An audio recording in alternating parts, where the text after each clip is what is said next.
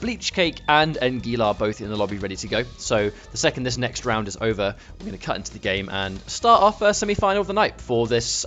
Once again, I'm going to say it, I've lost count of how many Community Cups we've done. We've done so many at this point. I mean, like, it's just another Community Cup, you know, another day in the office. It's going to be some good gameplay from the guys here. Excited to see what they have to offer, and I do believe I'm going to quickly take us over to our first semi-final. BleachCake. I haven't seen this guy in the top 4 before. I was told he was at Yuzu Cup, though. I missed his gameplay personally if he was there, so sorry for that. But, as you can see here, is actually a Kung Lao player. He did defeat Derpy in the Kung Lao mirror, I think, to make the semi-final.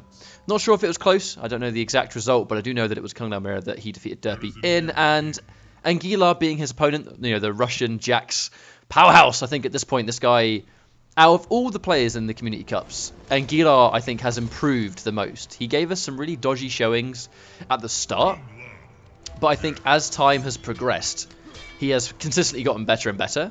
And I think a big part of that is changing from wrestler first, and then he started picking heavy weapons. I think when we first started watching him, he would lose as wrestler, then go heavy weapons, and there were signs of life, and would go, why doesn't he pick heavy weapons first? And then I think a couple of weeks down the line, he started doing that, and he started doing a lot better. But, you know, seeing he has actually gone back to wrestler now to start things off, so maybe this is his favoured variation. It could be a matchup thing, but, you know, he could be reaching the point that he feels comfortable enough to start going back to wrestler from the start. But we're going to have to wait and see how this matchup goes. Like we said, we haven't really seen BleachCake play, especially in these Community Cup top 4s before, but he's going to start off strong, bag his first hits. That's always a really good sign. And Kung Lao being Kung Lao, already going to have the corner pressure to go, and BleachCake being relentless already, not really giving Angila any time to get his bearings on what's actually going on. Well, I think that Kung Lao as a character, we've said this time and time again, he's going to smother you relentlessly, and as I can see, I mean, like, what, 3 or 4 grabs in the space of a few seconds, and that count is only ever going to rack up. But Angila, fighting his way out of, I guess, the sheer amount of grabs that we've seen. It was a dangerous situation to be in. Down 2 definitely worked out for him, but at this point the life deficit is so high. I mean, again, it even goes to those dive punches. Dive kicks, I should say. Dive punches. I think if Jax had a dive punch, I'd like to see that. I feel like that was a bit of a brain fart at my end, right, as Jax is going for the ground pound. But regardless, BleachCake is going to take a very, very strong first round. Not really sure I agree with the sheer amount of dive kicks he's going for now. Made sense during the last round where he was going to almost chip him out with them, but right now, just look at the amount of health he's losing because of it. Well, I think a move like that, you have to ask yourself, is it worth the damage I take if it's blocked compared to the damage I do if it hits? And in that situation, no way was it worth it. Unfortunately, it started this train of momentum from Angila. He's going to get respectable damage here. BleachCake, understandable that you press the button and wake up. You're going to die anyway, and all you're going to do is build Angila one bar of meter he needs. He hasn't gone to wrestler first. He's gone heavy weapons. I'm sure I saw him pick wrestler, but regardless, he deselected. Okay, I see. Weapons. Fair enough. Well, it makes sense. Bamboozled again. I know, right? Oh, forgive me. I've not seen MK in a while. It's my mistake. But there we go. Angila getting this rush down going. Oh, there's the punish. No punish. That was a free full combo in his Tempest. That's chunky damage. That is important data for Angila that he's not going to consistently punish. Quite possibly the biggest risk you could make. Unfortunately, at this point, it hasn't really mattered at all. BleachCake has done a ton of damage even outside of that punish, and giving Angila not much room. Orbiting Hat going in again. BleachCake really wants to just stop Angila from being able to actually press buttons, I think. That's another, just a straight up jumping punch. BleachCake is getting away with so many jumps. When you're playing a character like Jax, who has amazing anti-air options, one of the better down 2s in the game, really reliable standing 1, good conversions, even the uppercut knee, you know, has armor if you do meter burn it. So he has some of the better anti-air options in the game. It's not like we're seeing BleachCake jump in with the hat. Jump in, you know, which is normally quite difficult to deal with. He's just straight up getting jumped in on, and Angila is kind of freezing up and not stopping him. Now, I think that was very... I mean, the first game has gone to BleachCake, but you almost ask yourself, Kung Lao playstyles like this. There are 2 types of Kung Lao that you tend to watch. There is a very clean, slow-paced, and calculated Kung Lao. And on the other side of that, especially pre-patch when you had the launching spin, there was an extremely sort of almost, you know, aggressive, random to a degree, maniac. Unpredictable Kung Lao, I think, is a better way of saying it. It's a character that can be played multiple ways. BleachCake's Lao we're seeing right now is definitely, I think, the latter. It's a very unpredictable Kung Lao, as you said. It has clearly caught Angila off guard.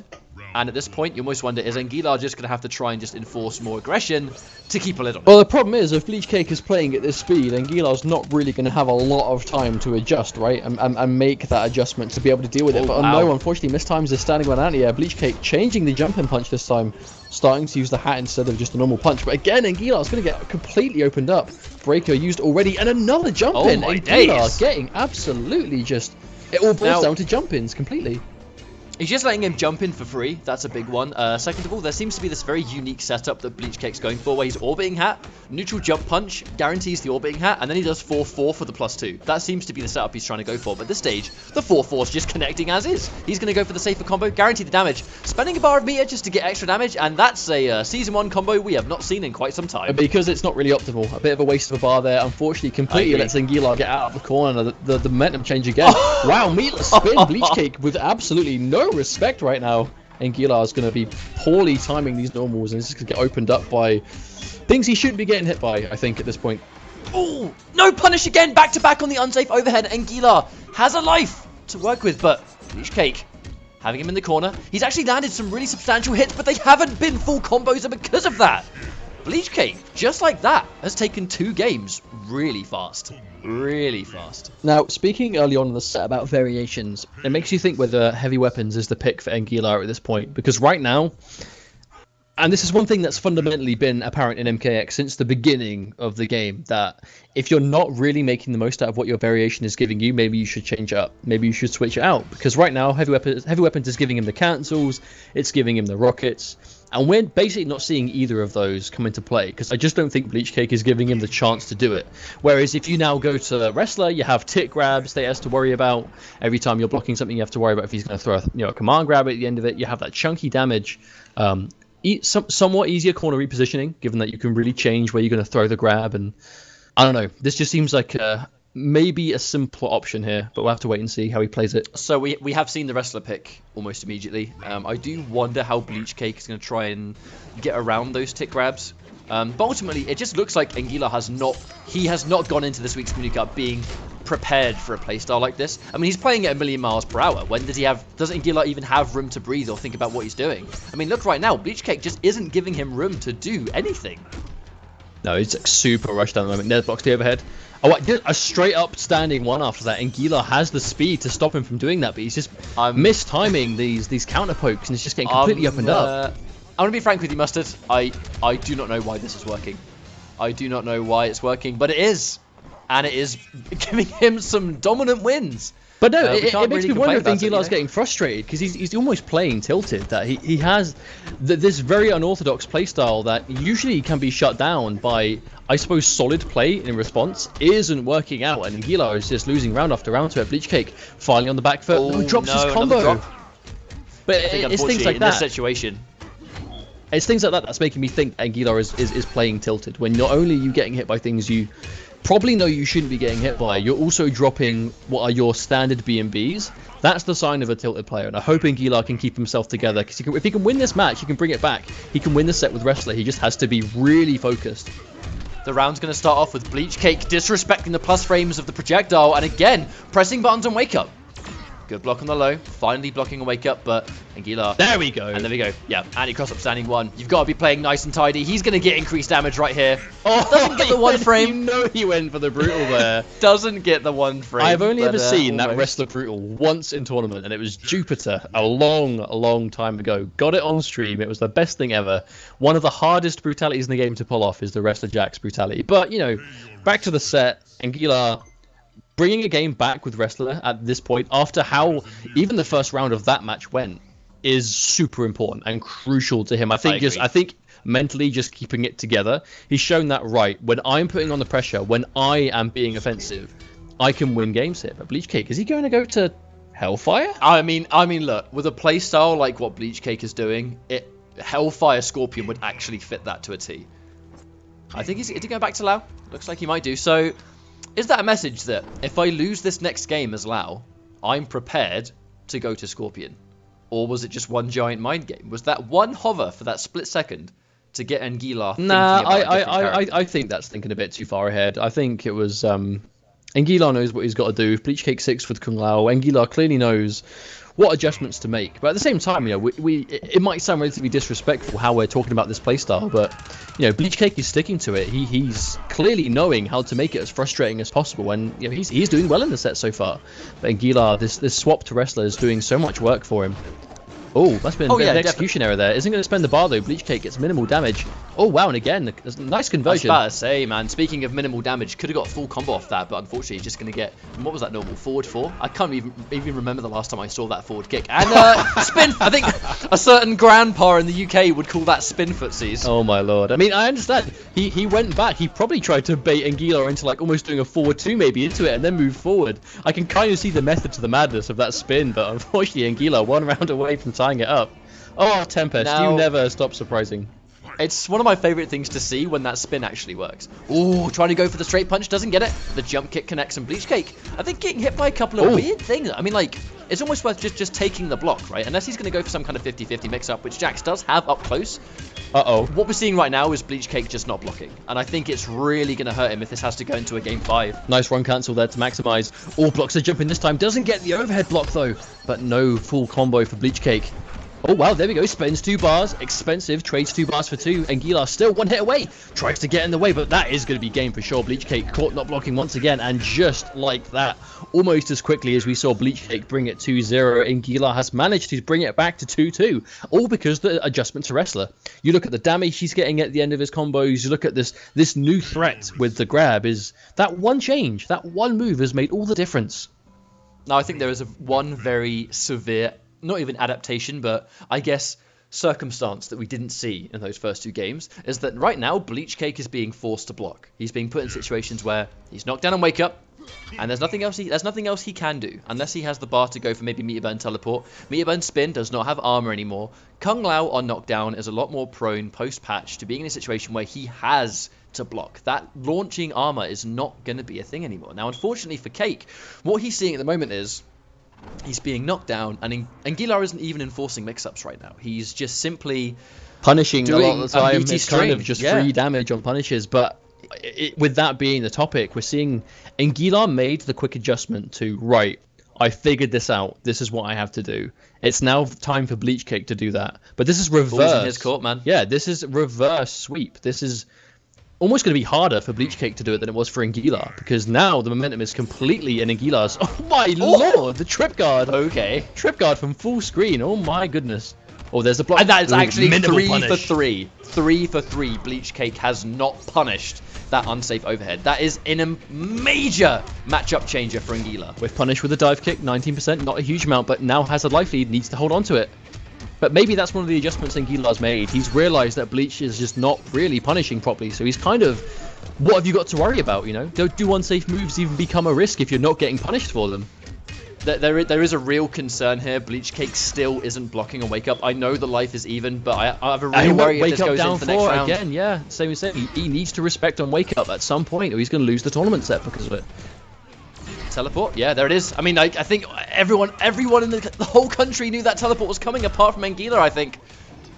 Oh no, the wake up X-ray, no! Uh-oh. Well. BleachCake, now with match point.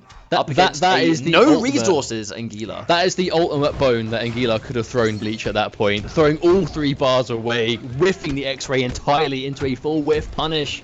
Angila getting a little bit too ahead of himself, has the corner pressure. BleachCake finally decides to block and wake up, realizing that he hasn't got as much to worry about considering the meter on Angila is not there. But again, gets opened up. This damage is going to be massive. Oh, there we go. Tries to wake up attack meatlessly again. And there's the tick from Angila going to be making this one hurt. That is the exact situation Engeelar needed to bring this back after the huge mistake in whiffing the X-ray in round 1. Now, he's done a really good job of bringing this one back. The meterless pressure, just putting BleachCake in situations where... Uh-oh. And there we go. The anti-teleport standing 1, putting BleachCake in the corner. Now, in this entire set, we have seen Cake not block in the corner. And the low! We've talked about this setup time and time again, and we finally see it in action. That was beautiful as well, though, because he whiffed the string while BleachCake was still flying through the air. It was like really good setup, and the meterless wake up. What a fitting way for Angila to finish the set with BleachCake once again disrespecting with a meterless wake up attack. Angila with the adaptation, and I mean, I'm going to say it, one of the goofiest fatalities I think we've seen in this game. I mean it's he turns into like a Pez dispenser. I mean, yeah. I mean, I mean, it I is. saw that. And the cigar I'm looks trying to like a think of sausage. something. I'm trying to think of something to say about this fatality, but there is nothing to say. Look at it. No, it is a pez dispenser. look He at this- puts the arms in, so he doesn't have arms. He basically just becomes a big stick, and then caps it. You know, he's like, right, I'm going to put my sweets in there, and my cigar. Well, ultimately, that's going to be all she wrote for BleachCake this week. But, you know, hopefully he makes future Community Cup top fours as time goes on. Congratulations But I on think- making top 4 this week, definitely. And he had a really, really strong couple of games, but unfortunately the download from Engeelar was too strong. Well, I think the download just seemed to be putting him in a situation where he's the one in the driver's seat, right? I mean, we mentioned when BleachCake was put in the corner, even though Angila wasted the meter and X-rayed and it didn't work out, and he went into that round with no bar, that was the perfect situation for BleachCake to pull it back. The problem is, he still had his back to the corner when he got tagged by that repositioning string from Jax, which was pretty much the end of the game. The second his back was to that corner, he had lost the game, because I think the main issue we saw was that when he was in the corner, he just got opened up by not even mix-ups. It was just by just holding up or pressing buttons or just pressing anything but his block button. And I think when your back's to the corner against Jax, you really need to... There comes a time where you've just got to accept that you need to hold that. And if you don't, you lose 2 rounds straight like that, and your tournament win just goes straight through your fingertips. Yeah, definitely. It comes down to the age-old thing of if you can disrespect with a meterless wake-up because you think they're going to mistime their meaty, if they mistime the meaty, it works. And there you go. You're going to effectively do something that seemed unorthodox, but you know it's going to put stress on them to hit that meaty normally in the future. However, if you disrespect every time and they consistently are getting it right, there comes a point where you just have to stop thinking they're going to mess it up and respect that. Right, I have to hold this. It is the smarter thing for me to do to hold this and block and respect this option. But if you're going to consistently disrespect and you're going to get opened up over and over and over again, you're basically just throwing your life bar away. Alright, so I'm currently in the process of setting up our second. What is our second semi-final?